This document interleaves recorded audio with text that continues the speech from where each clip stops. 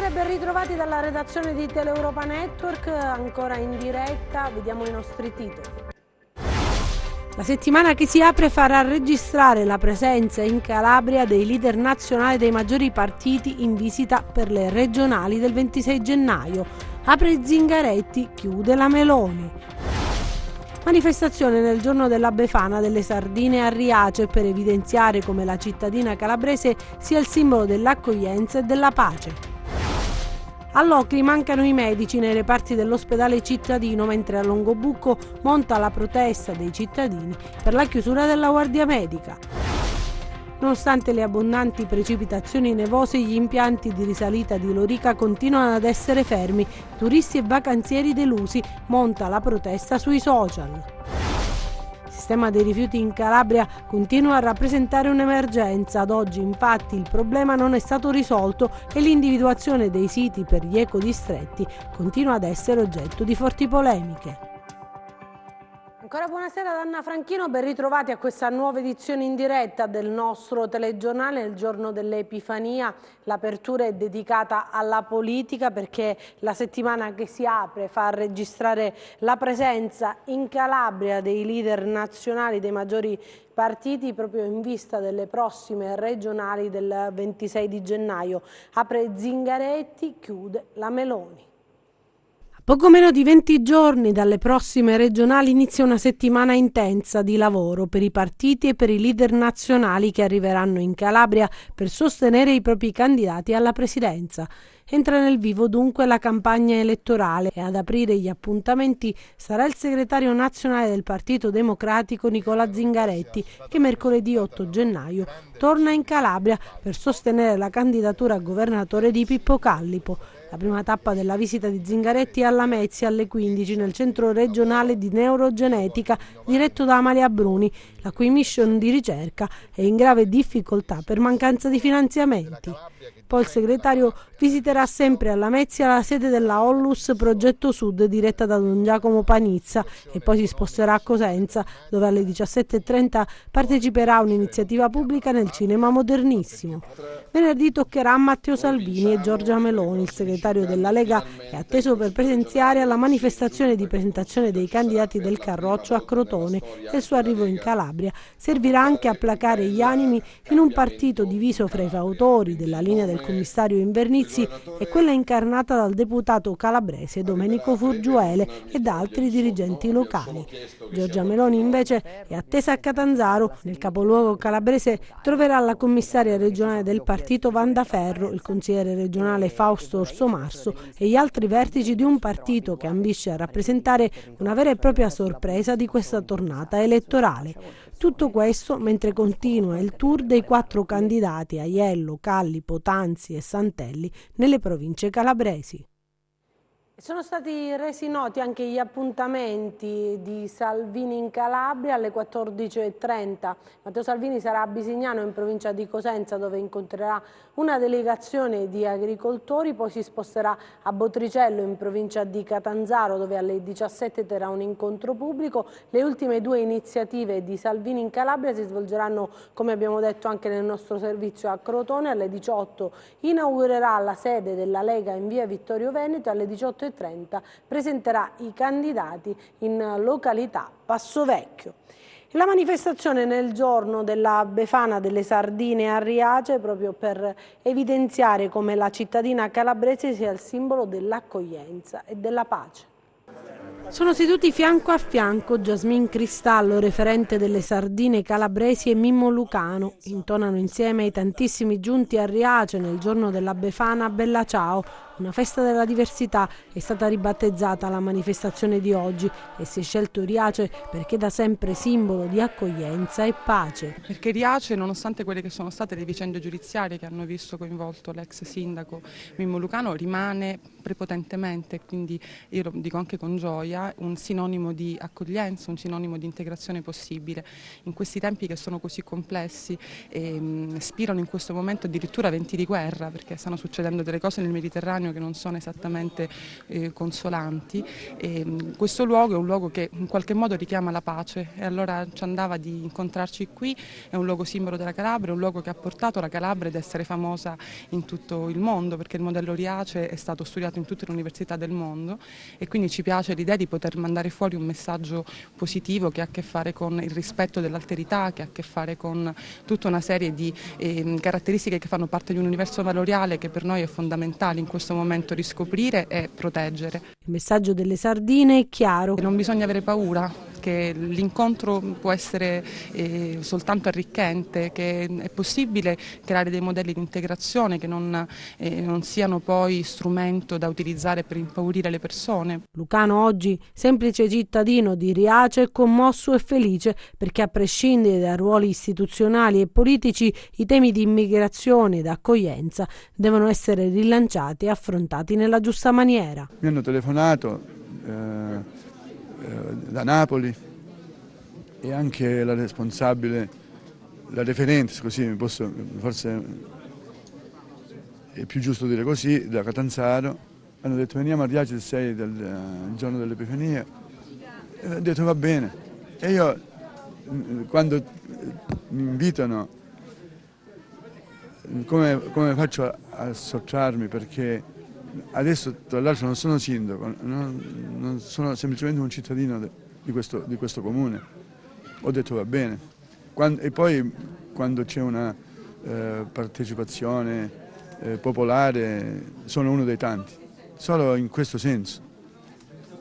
Poi ognuno la può pensare come vuole, ma non c'è nessuna premeditazione. È sempre rilanciare su temi anche importanti, essere partecipi a prescindere dai ruoli istituzionali o politici o di essere organici dentro organizzazioni politiche dove ci sono le scadenze elettorali, nulla di tutto questo. La sanità adesso, contratti non rinnovati, mancano i medici nei reparti degli ospedali emergenza. All'Ocri l'Ordine dei Medici scrive una lettera appello al commissario per la sanità in Calabria. Intanto invece a Longobucco nel Cosentino i cittadini protestano per la chiusura della Guardia Medica. La proroga dei contratti per i medici precari, priorità per la sanità nel Reggino, si rischia il caos. In sintesi la nota che l'Ordine dei Medici ha inviato al commissario per la sanità in Calabria. Non è la prima volta che i camici bianchi dell'area dello Stretto lanciano l'appello. Questa volta precisano che i precari hanno contribuito a garantire l'assistenza e il corretto funzionamento di alcuni reparti fondamentali del grande ospedale metropolitano come il nosocomio di Locri, presidio in gravi difficoltà. In pronto soccorso sarebbero in servizio solo pochi medici, così come nella divisione di medicina. Una situazione, scrive l'Ordine dei Medici nella missiva inviata a Saverio Cotticelli, da attenzionare con immediatezza, in quanto si tratta di figure essenziali per le attività di molti reparti dei presidi ospedalieri di Reggio e provincia. Da quanto sappiamo, infatti, si aggiunge, i commissari che gestiscono l'azienda sanitaria provinciale dello Stretto sono in attesa delle autorizzazioni per il rinnovo dei contratti a tempo determinato. Dalle corsie si auspica che le soluzioni tampone, buone per garantire lo stato emergenziale, un livello dignitoso di assistenza ai pazienti, possano invece nel medio periodo essere sostituite da provvedimenti come l'attuazione dei decreti del commissario ad acta sugli organici del personale e sulle assunzioni oggi bloccate, situazioni da sanare per garantire i livelli essenziali di assistenza. Dal Reggino alla provincia di Cosenza, a Longobucco, in Sila, si lotta per evitare la chiusura della Guardia Medica. Cittadini pronti alla protesta e il sindacato, la CGIL, ha convocato per domani un'assemblea per valutare le iniziative da adottare per risolvere il problema. Intanto, mentre la Calabria arranca, aumenta il numero di calabresi che decide di farsi curare fuori regione. Cambiamo argomento, un argomento ancora caldo per la nostra regione, perché in Sila c'è la neve, molti turisti nelle località dell'altopiano per la festa proprio dell'Epifania, impianti aperti a Camigliatello, ma a Lorica invece non si scia. Vette imbiancate e paesaggi da cartolina. La neve caduta nelle ultime ore ha richiamato i turisti in Sila, molti gli amanti della montagna che hanno scelto di trascorrere l'Epifania sull'altopiano silano. Il manto nevoso copre le piste da sci, le condizioni ideali per chi ama gli sport invernali, ma mentre a Camigliatello le piste sono aperte, a Lorica non si scia. Vedete, gli impianti sono fermi. Una delusione per chi ha raggiunto la perla della Sila, non solo dalla Calabria ma anche dalla Puglia, dalla Basilicata e dalla Sicilia, comitive e famiglie che speravano di poter sciare, ma a Lorica gli impianti sono ancora chiusi, come dicevamo, un peccato visto che quest'anno la neve è caduta abbondante. Qualcuno però non si è perso d'animo decidendo di noleggiare le ciaspole e c'è poi chi denuncia una situazione paradossale che si sarebbe verificata nel giorno della vigilia dell'Epifania. Sempre a Lorica, ci raccontano, nell'area famiglie i bambini giocavano con gli slittini quando ad un certo punto la zona è stata transennata perché è ancora area di cantiere. Il problema che è stato fatto con le persone ancora all'interno. C'è poi la vicenda del centro per sci di fondo per Carlomagno che non si può raggiungere perché nessuno ha liberato la strada d'accesso dalla neve. Che dire, la Sila è una montagna incantevole con paesaggi mozzafiato soprattutto quando sono imbiancati, un territorio dalle enormi potenzialità, ma è un paradosso che in Sila alcuni impianti sciistici rimangano chiusi causa neve. E domani alle 12 ci sarà l'interrogatorio di garanzia per l'ormai ex prefetto di Cosenza Paola Galeone, finita ai domiciliari perché è accusata di aver intascato una mazzetta da 700 euro. Assistita dai suoi legali, sarà interrogata dal GIP di Cosenza. Domani alle 12 nel Palazzo di Giustizia a Cosenza l'interrogatorio di garanzia per l'ormai ex prefetto Paola Galeone agli arresti domiciliari dal 2 gennaio scorso nella sua casa di Taranto con l'accusa di induzione indebita a dare o promettere utilità. L'ex rappresentante di governo sarà interrogata dal giudice per le indagini preliminari Letizia Benigno e sarà assistita dai suoi legali di fiducia Nicola Carratelli e Franco Sammarco. Cosa dirà Paola Galeone? Nei giorni scorsi, nonostante il clamore della vicenda, è rimasta in silenzio. Solo una frase sarebbe trapelata, chiarirò tutto. Una brutta storia cominciata il 23 dicembre scorso, quando proprio in prefettura Paola Galeone avrebbe proposto all'imprenditrice Cinzia Falcone, referente di un centro d'accoglienza per migranti con sede a Camigliatello e presidente dell'associazione Animed, l'emissione di una fattura falsa di 1.220 euro al fine di non restituire allo Stato, per essere precisi al Ministero dell'Interno, le somme residue del fondo di rappresentanza della prefettura. Lo stupore dell'imprenditrice che, tornata a casa, si confronta con la famiglia e decide di denunciare tutto in questura. Scatta così il piano. Cinzia Falcone, munita di microfoni, telecamere e soldi fotocopiati, incontra in un bar del centro l'allora prefetto. La consegna della busta con i contanti, 700 euro al rappresentante di governo, 500 all'imprenditrice. All'uscita del bar la prefetta viene avvicinata dagli agenti che la invitano a seguirla in commissariato. In borsa le trovano il denaro. In procura viene inviata una relazione dettagliata di quanto avvenuto, così come al capo della polizia e allo stesso ministro dell'Interno. Scatta la misura cautelare per Paola Galeone, che viene sospesa nel palazzo di governo cittadino Bocche Cucite. Nessuno in questi giorni di vacanza vuole parlare. Vengono acquisiti dei documenti e, secondo quanto trapela, sarebbero stati sentiti alcuni funzionari della prefettura. Intanto l'imprenditrice, che ha denunciato, ripete: rifarei quello che ho fatto. E ieri in un'intervista a Repubblica Cinzia Falcone ha aggiunto: forse è solo l'inizio, è partita la macchina del fango su di me e sulla mia associazione. Bisognerà attendere domani per sapere invece cosa dirà Paola Galeone ai magistrati. Resta lo sconcerto per un fatto che ha portato Cosenza alla ribalta della cronaca nazionale, in attesa della nomina del nuovo prefetto da parte del Consiglio dei Ministri. Adesso parliamo della questione rifiuti, perché in molte città della Calabria la raccolta è a rilento, le periferie sono invase dalla spazzatura, discariche al collasso, sistema rifiuti in crisi. Da Cosenza a Reggio Calabria, in molte città calabresi è caos rifiuti, periferie invase da cumuli di spazzatura e olezzo insopportabile. In diverse zone raccolta a rilento a causa dei blocchi dei conferimenti dei rifiuti negli impianti regionali. Le discariche ormai sono al collasso e i cittadini sono esasperati, un problema che ciclicamente si ripresenta. Con il definitivo passaggio di consegne dalla Regione, adesso saranno annoiato gli ambiti territoriali ottimali e dove gestire l'intero ciclo di raccolta, trattamento e smaltimento dei rifiuti.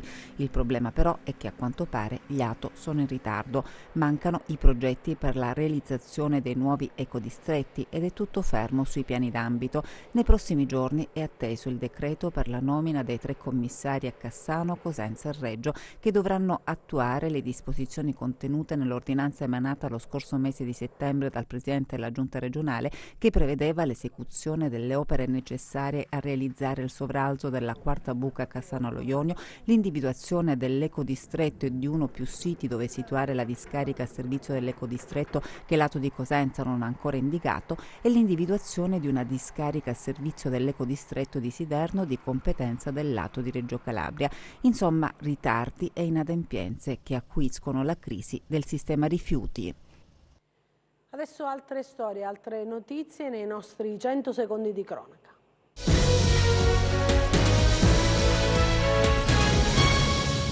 Il forte vento di tramontana sta creando disagi in molti centri della Calabria. Danni allo stadio di Crotone. Le raffiche hanno divelto la tettoia di una tribuna laterale. La polizia locale ha disposto la chiusura al transito della corsia stradale che costeggia lo stadio. Nessuna ripercussione tuttavia sull'agibilità dell'impianto calcistico.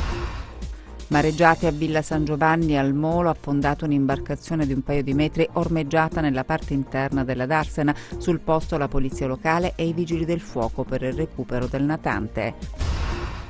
Occupa un appartamento e lo trasforma in una serra per la coltivazione di marijuana. Un 25enne bracciante agricolo di Africo è stato arrestato dai carabinieri di Bianco. Quando i militari hanno bussato alla porta di un appartamento in teoria disabitato, avevano capito sin da subito che qualcosa non andava. Non si aspettavano però di trovare l'intera abitazione adibita ad una serra per la coltivazione di 110 piante di marijuana. La coltivazione domestica avrebbe fruttato quasi 100.000 euro. I carabinieri della stazione di Squillace, assieme ai colleghi della stazione di Catanzaro Lido e della sezione radiomobile della compagnia di Catanzaro, hanno denunciato in stato di libertà 3 cittadini di etnia rom residenti a Catanzaro con l'accusa di tentato furto e possesso di arnesi atti allo scasso. Un carabiniere libero dal servizio aveva notato i 3 uomini che sul lungomare di Squillace si avvicinavano a diverse autovetture guardando al loro interno e allontanandosi alla vista di persone nelle vicinanze. Il militare a quel punto li ha seguiti, decidendo di bloccarli quando i 3 si erano nuovamente avvicinati ad un'autovettura cercando di forzarne la portiera. Saranno prodotti anche in Calabria nuovi treni ibridi destinati al trasporto regionale, sostenendo così l'occupazione delle maestranze anche nella sede calabrese del colosso nipponico. Trenitalia ha commissionato 43 esemplari dei nuovi convogli attrezzati con motori diesel per linee non elettrificate.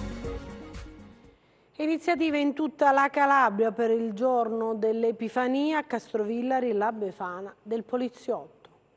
L'abuso dei minori tra disagio sociale, morale e diritti da tutelare è stato il tema dell'interessante convegno tenutosi al Sibars di Castrovillari e inserito nella 14ª edizione della Befana del poliziotto organizzata dal SIULP, il sindacato di polizia. La tutela dei minori è un argomento serio, veramente serio, perché è inequivocabile un'esigenza di dover tutelare il bambino, di dover tutelare l'adolescenza e soprattutto di dover tutelare attraverso strumenti normativi certi questa futura generazione, e non possiamo consentire all'atto più vile, quello dell'abuso sul bambino, di rubare il futuro sia all'Italia ma sia soprattutto a questi bambini e al futuro adulto. Nel 2018 le vittime sono state 5.990, più 3% rispetto al 2018. Le vittime sono state in prevalenza bambine e ragazze, il 59,4%.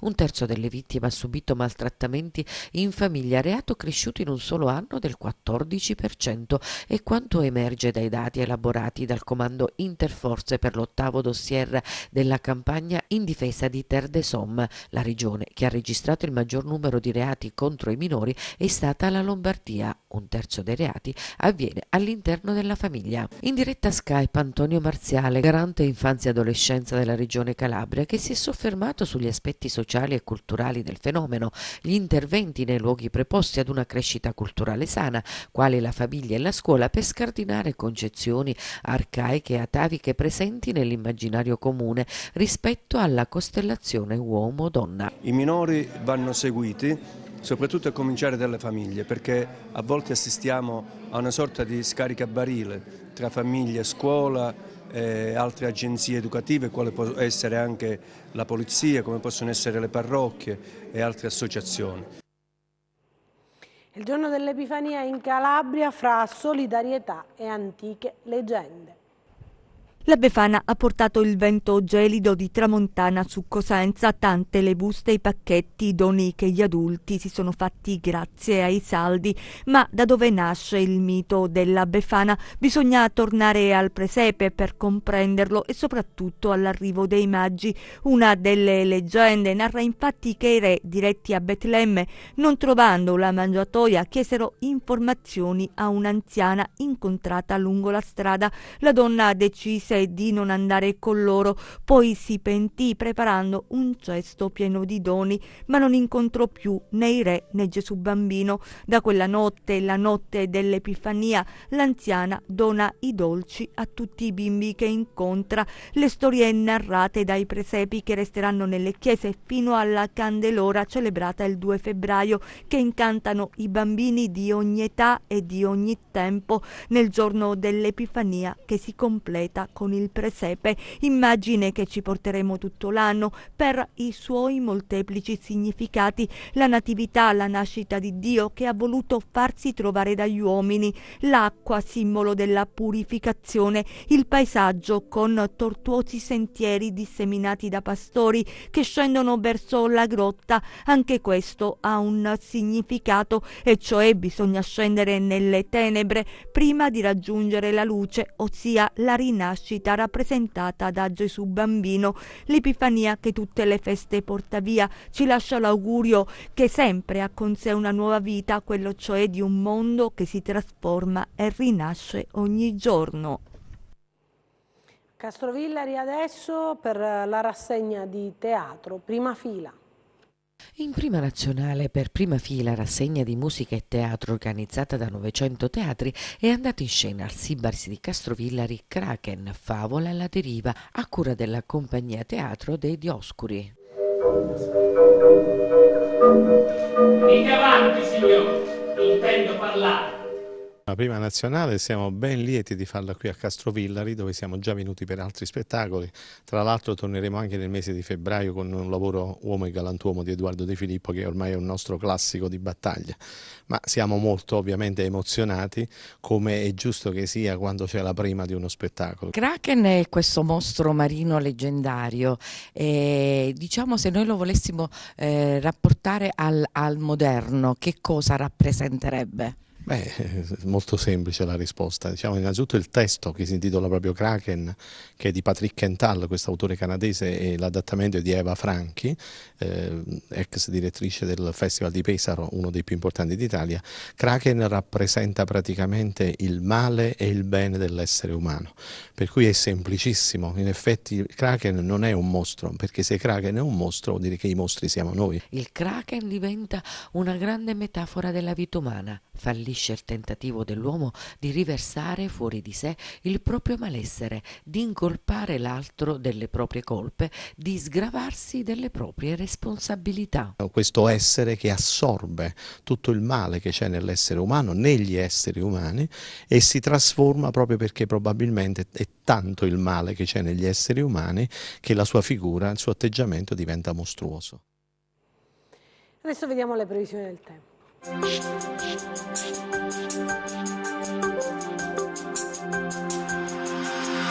La saccatura alimentata da aria fredda di origine artica continua a interessare la Grecia e la Turchia, convogliando su di noi fredde ma secche correnti da nord che hanno fatto abbassare notevolmente le temperature senza apportare precipitazioni di rilievo. La fase più intensa di freddo comunque si esaurirà nella giornata odierna. Da domani infatti le temperature, in particolare le massime, tenderanno a rientrare nelle medie del periodo. Domani cielo sereno o poco nuvoloso ovunque, temperature in aumento deciso nei valori massimi. Passiamo a mari e venti. Domani il Tirreno sarà mosso, il Basso Ionio e lo Ionio Crotonese passeranno da molto mossi a mossi, il resto dello Ionio sarà mosso. Venti ancora dai quadranti settentrionali che però andranno gradualmente a ridurre la loro intensità, soffiando con intensità moderata quasi ovunque.